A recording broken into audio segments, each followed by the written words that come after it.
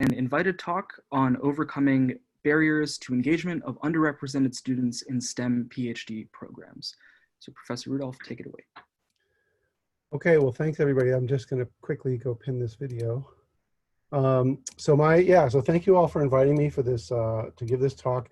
I'm going to try in a very brief time to give you an overview of some of the things that create barriers for engagement of underrepresented students. And so let me just get started since I don't have a lot of time.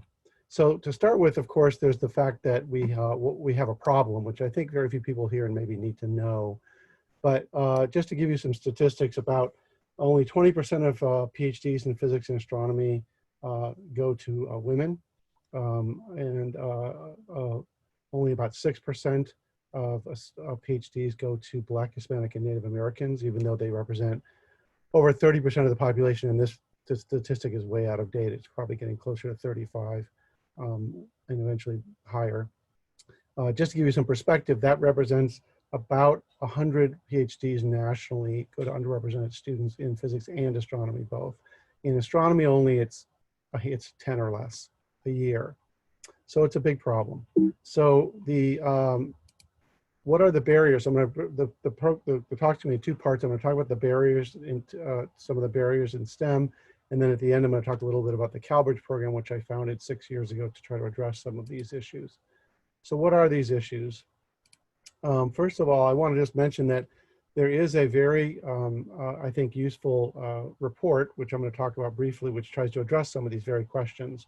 So back in 2018, the AAS invoked a task force on diversity and inclusion in graduate astronomy education to address those statistics I showed you. I co-chaired it with Gabor Basri of UC Berkeley. And I want to just emphasize that this report, which can be found on the AAS website, is a very practical, hands-on guide for departments that want to make change in their practices that would help promote diversity and inclusion. So I'll talk a little about the report, but I just want to really strongly emphasize that this is very much of a how-to guide for a department or individuals who want to make change. So the goals of the task force there were a number of goals, but I'm going to focus on the main one, which was we were trying to look for and strengthen the consensus that already exists on what are the evidence-based best practices around a few areas, namely recruitment, admissions, and retention of a diverse graduate student population. And all of these were addressed in the report and are all important. Retention really relating to things like mentoring and the climate in a department, recruitment admissions sort of around the admissions practices. So I'm going to focus first a little bit on admissions because it's the one where there's been the most activity and the most easily addressed. So there's a discussion of what's called holistic review of graduate admissions in the report. And very briefly, I'll just describe some of those points. So the idea is that you want to be comprehensive. And by that, we mean looking beyond just the typical kind of types of information you might normally look at, like you might be looking at grades, or you might be looking at letters of recommendation, to prestige of the school they've gone to, or even GRE scores. But there's other factors, and some of them go under this heading of sort of socio-emotional competencies. And there's a list of some of the examples of what that means. And there are well-researched, well-documented ways to gauge these things. And that's something that has begun to be used in graduate programs, as well as in programs like CalBridge or other bridge programs. You want to be systematic. And so, for example, if you're going to use any kind of review, including interviews, make sure you have rubrics. And it's something that's not common in graduate admissions. Graduate admissions is very ad hoc. People will be told, give us a score without any guidance as to how you develop that score. And so you get very idiosyncratic results that are not necessarily based on similar shared values of what matters. And then you want to contextualize. And this is important because, you know, when you think about things like prestige, I mean, it seems like, oh, if somebody went to a really prestigious school, that implies they're definitely going to be very, very good. Someone from a less prestigious school, like a Cal State, like the one I teach at, you might be more skeptical, especially when you're looking at things like achievements. So have they published a paper? Have they done research?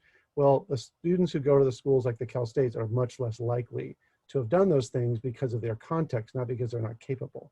So you might want to think about whether what are the achievements, not just what have they done, but what could they do, given what they've done in the environment where they found themselves. So our recommendations were basically to implement holistic admissions, that faculty reviewers should approach prospective students as learners, not as what have they done so far, but what can they learn to do? What can they accomplish if they're given the opportunity and the chance? And recognize that opportunities to learn and conduct research vary considerably with different forms of social privilege. And I'm going to come back to this concept of privilege and this what I've indicated here, the myth of meritocracy, because that's another important, much more broad-based societal issue that we all have to be aware of and talk about. So don't just take the students who have the most impressive credentials, look at a broader range of things. So now I want to focus in on one of the most easy to discuss and sort of the most discussed, which is standardized tests. So the typical standardized test, of course, is the GRE, and here is the basic data, which many of you may have seen, showing what is the problem with the GRE, meaning if you look at GRE scores broken down by gender, and this is a graph showing you the fraction of students who score above a given score. And you'll notice that around a cutoff of 650, which represents about the 40th percentile. So most departments will tell you, I've talked to lots of departments, they'll tell you they don't look at the GRE very much. They definitely don't rank on it. They don't have a cutoff, but they kind of get uncomfortable if the score gets too low. Like if it's below 40th or 30th percentile, they get nervous. You know, can this person really make it in their department? So you can see that if you take a 40th percentile cutoff, you cut out half the men and 3/4 of the women. So automatically your pool is now very biased against women. And of course, the same is true even more so in terms of certain ethnic and racial groups. So you really are choosing, I mean, one of the strongest correlations of GRE scores is with ethnicity, race, and gender. But furthermore, it actually doesn't tell you what you think it tells you. So people have thought for a long time that GRE must somehow correlate to knowledge of physics and therefore be a useful measure, a kind of a leveling playing field kind of thing. So somebody went out and actually collected data. This is Miller et al. From last year, looking at over 2,000 physics students across 24 programs in over a 10-year period getting their PhD. And they basically had GRE physics scores ranging from 10th to 90th percentile in their study. So they weren't looking at a small range, they were looking at a large range of percentiles scores. And they basically found that the, and the measure on the y-axis is probability of completion of the PhD. So you say to yourself, well, what are you looking for in a grad student? Is it, doing well in the first year classes or passing a qualifying exam? Those things tend to correlate, but only mildly with GRE score. But if you look at actual completion of the graduate program, getting a PhD, there's no correlation, statistically significant correlation with PhD completion with either the physics or the verbal portion of the general GRE, okay?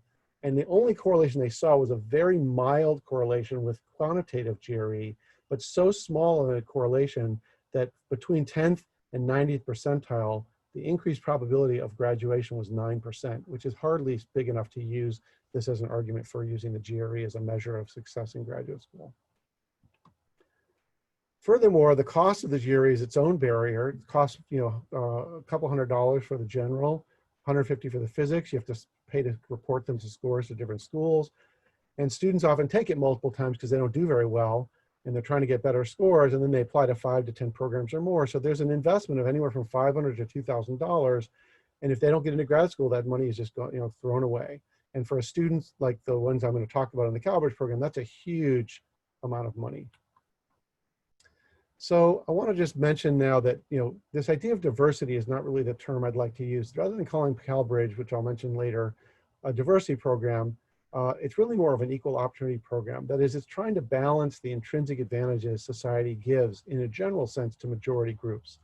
And to follow up on that, I'm going to mention two things. I'm going to talk about the meritocracy myth, and I'm going to talk about the role of privilege in our society. And these are going to be incredibly brief, touching on these very, very important topics. There's a lot of reading you can do if you're interested, which I really recommend to learn more about what's going on in our society. But briefly, the meritocracy myth, and here's the actual book if you want to read it.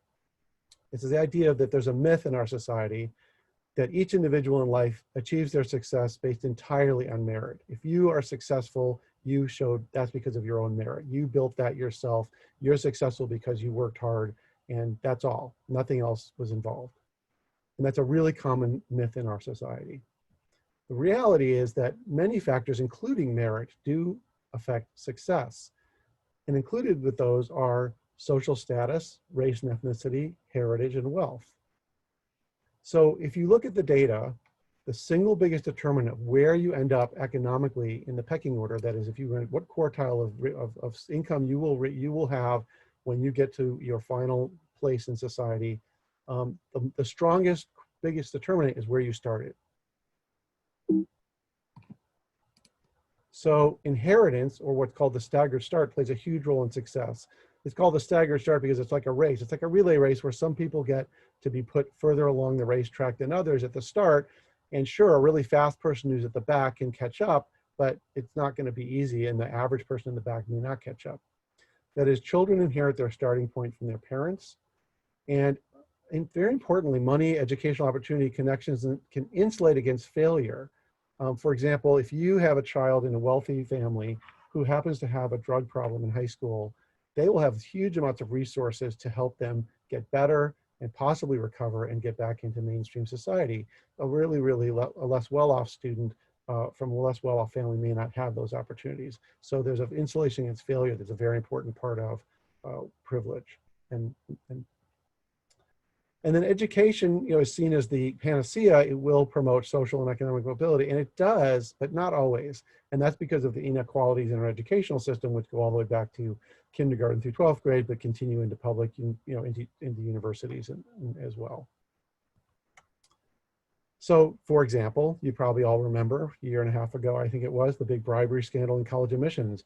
And everyone was shocked to discover that, oh my gosh, the wealthy have advantages in college admissions. Who knew that they could buy their way in? So, this was just opening up a topic that people knew was going on, but were just really not paying attention to.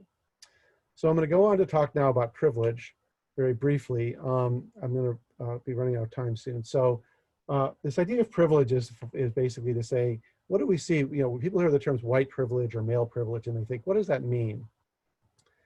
Does it mean that all white people or all men are rich or have an easy life? Absolutely not. That's not what those terms mean at all. So if you say, I'm a white person and I came from a very poor family and I really had to do everything on my own, that doesn't have anything to do with the idea of white privilege. What does it have to do with? Well, the example I like to use, which I'm going to go through briefly, is height. So if you're tall, you can reach things on a high shelf more easily than if you're not. And even if you have arthritis and you have a hard time reaching, being tall still is true that tall people in general have that ability. And not every tall person is better off in every way than every short person, but on average, being tall has certain advantages. And if you're tall, you will actually help a short person reach something on the top shelf if you can. So you tend to help the person who doesn't have the privilege you have. The same is true of being white or male or straight or cisgendered or able-bodied. Each of these groups have advantages to being a member of that group. That doesn't mean that there aren't people from those groups who have lots of disadvantages as individuals at all. But it does mean that on average, they will have an easier time than someone in the same background who doesn't belong to one of those privileged groups. And it's worth noting that those from multiple and non-privileged groups have the hardest time of all. That's the term, type of intersectionality. So just like tall people help short people reach the higher shelf in the grocery store, those of us with any kind of privilege should strive to help those who don't have the same kind of privilege. And the idea is that, equality is when everyone has the same exact resources. And you can see that in this case, that doesn't benefit everyone equally.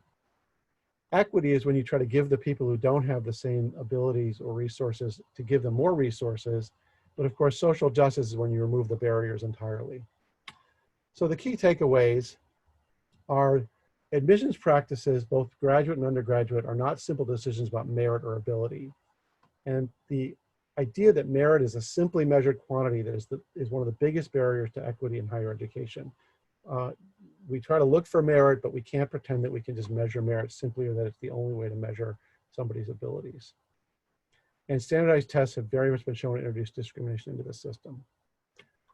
So I want to turn now to talk about the CalBridge program a little bit, since I have about 10 minutes left, and then I'll answer some questions. I'm sorry I'm going so quickly, but it's with the limited time, I want to cover a few topics.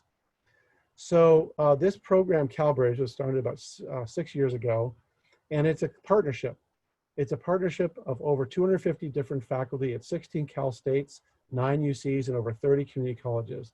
And the goal is to help undergraduates from the CSU obtain their PhD in physics and astronomy, and now adding this year computer science and engineering, and soon other STEM fields. So you can see on the map, pretty much all the major CSUs and UCs within the Bay Area and the LA area are included. So your school may be on here. So the mission statement is essentially to increase the numbers of students from underrepresented groups getting their bachelor's and going on and getting PhDs in these fields. So what is it? It's basically there are 4 pillars to the program. It's 3 years long, so we take students in what is nominally their junior year. Since many Cal State students take 5 years or more, this is essentially their last 2 years of undergrad, whenever those occur. They enter as essentially juniors, and they're supported for their last 2 years of undergrad, and then their first year of grad school if they attend a UC, which is the UCs are our partner. And there are 4 pillars of support. There's mentors, and they have mentors from both. They get both a UC mentor and a CSU mentor. So they get a CSU mentor from their home campus and a UC mentor from a Southern or Northern California UC nearby. And they meet with them twice a month to have regular in-depth meetings about everything to do with academics or anything else that's affecting their ability to do well. So if they want to talk about personal issues, mental health issues, whatever they need support with, they get it. They get scholarships of up to $10,000 per year. And this is important because even though the CSU is much less expensive than the UC and other universities, most CSU students are getting financial aid and are not able to pay without working. So many students work 20 to 30 hours a week, and this scholarship allows them to cut their work hour and focus on school. We run workshops on how to apply for grad school, a little bit on Python programming. We actually talk about these socio-emotional competencies that I mentioned earlier, such as imposter syndrome or growth mindset. And then finally, we help them get summer research experiences, including at UCs nearby, as well as other institutions across the country. So the program, as I say, is just entering its 7th year. We've had 127 scholars, and here's some basic statistics. 90% of the students who've graduated are either in a PhD program or a master's program planning to apply to PhD programs this year. So over 2/3 are actually in PhD programs directly out of undergrad, and the rest are going through a year of master's work. In terms of demographics, the students are overwhelmingly first generation, about 2/3 underrepresented minorities, almost half women, including almost a quarter underrepresented women, which is getting back to that concept of intersectionality. Those are people who have both 2 identities, which make it harder for them to succeed. And then about 1/5 are LGBTQ+. I will mention that if you look at all 3 of the top 3 categories, first generation, underrepresented minorities, or women, if you look at who's in one or more of those categories, it's over 90%. And how are they doing? So here's a list of all the schools they've gone to so far, and I won't read it to you. You can see it for yourself. In the lower right, of course, are the UCs, and the reason I highlight those is because the UC faculty in this program are doing this for a couple of reasons. I'm sure some of them are doing it out of just desire to see an improvement in our fields, in our disciplines diversity, but some of them are doing it and for reasonably to try to help diversify their own PhD programs. So we definitely, the students apply to 10 PhD programs, of which at least 4 have to be UCs, with the idea being that they would like to go to UCs and the UCs would like to take them. You may notice that UC Irvine, if you look at the numbers, those represent numbers of people. So UC Irvine actually has 7 students in PhD programs. They're far and away the leader in accepting CalBridge scholars. And then here's a nice little map we made just showing the distribution of where they've gone. And you can see that although the majority, about half, are staying in California, there are large numbers spreading around the country.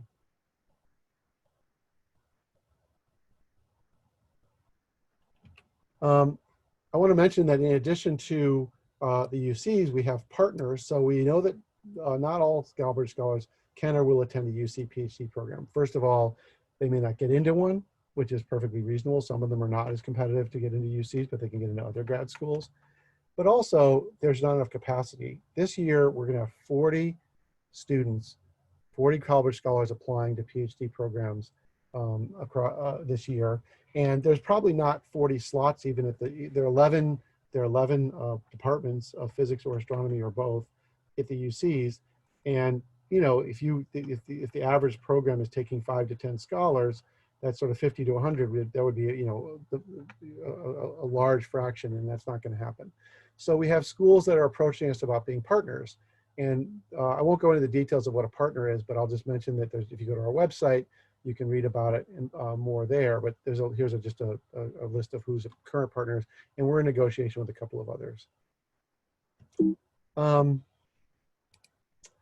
I just want to mention, if you want to read more about the program, there's 2 articles that came out last year, one in Physics Today in October 2019. I wrote an article which just describes the program in more detail if you're interested in knowing more of the ins and outs of how it works. And then together with Kelly Holly Balkeman of the Fisk Vanderbilt PhD Bridge and Julie Posselt, who's a higher education researcher at USC, we wrote an article for Nature Astronomy about PhD bridge programs in general, which talks about all the bridge programs around. Okay, so that's all I want to say about the CalBridge program, but I do want to end by mentioning something that came up in the little story corner before mine, which is, you may all recall that there was a strike for Black Lives, which also called Shutdown STEM, which happened in June. And like a lot of people, the CalBridge community took advantage and used that day to take off from their normal activities. And we actually had a number of meetings to discuss what we as an organization could do. And I want to show you, by going to our website briefly, what some of those things are that we are doing, some of which you might be interested in participating in.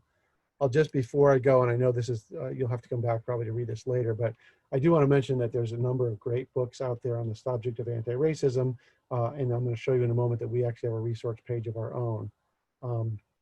So I'm going to change sharing to my website. Okay, so this is our website, www.calbridge.org.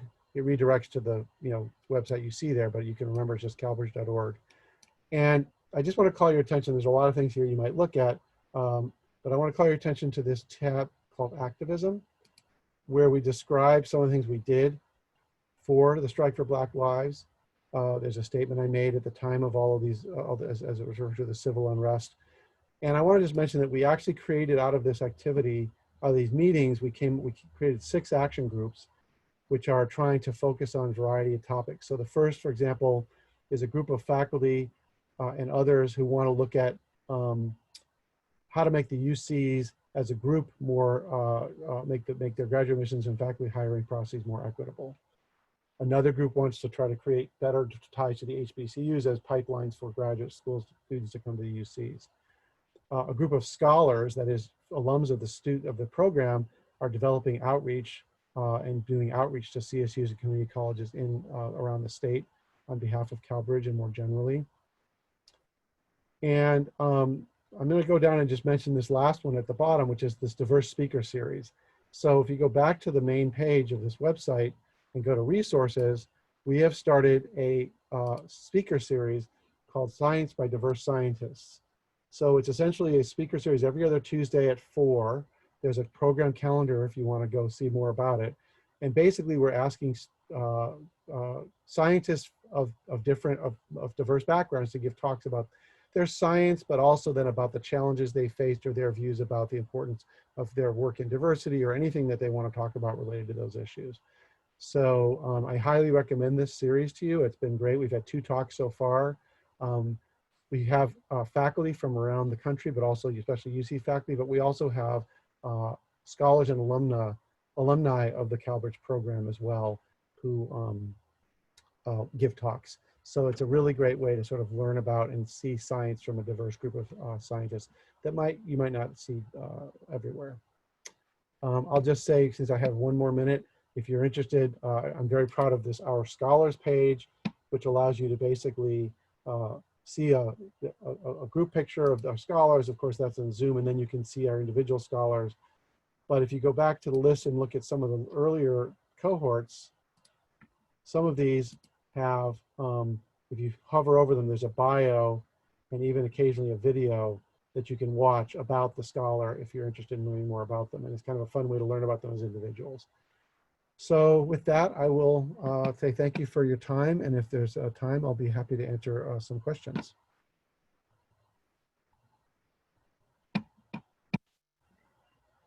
haven't had the Slack open, I admit, so I haven't seen if there were questions being asked or anything around.